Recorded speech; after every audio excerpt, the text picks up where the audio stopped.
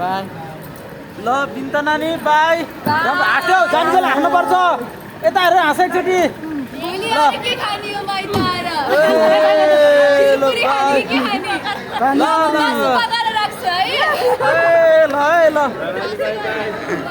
ल यसरी अन्त त्यो हो नि त ल ल दिदी तपाईँ पनि जाने होला नि बाई हुने होला ल तपाईँ ल ल राम्ररी जानु होला है एकदम राम्रो बाबु यता यता ल बिचरा रुनी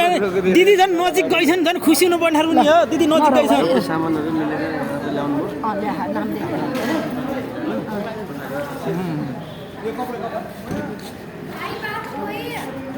अहिले त भए है ल रुनी कहाँ आँसु गराउने हो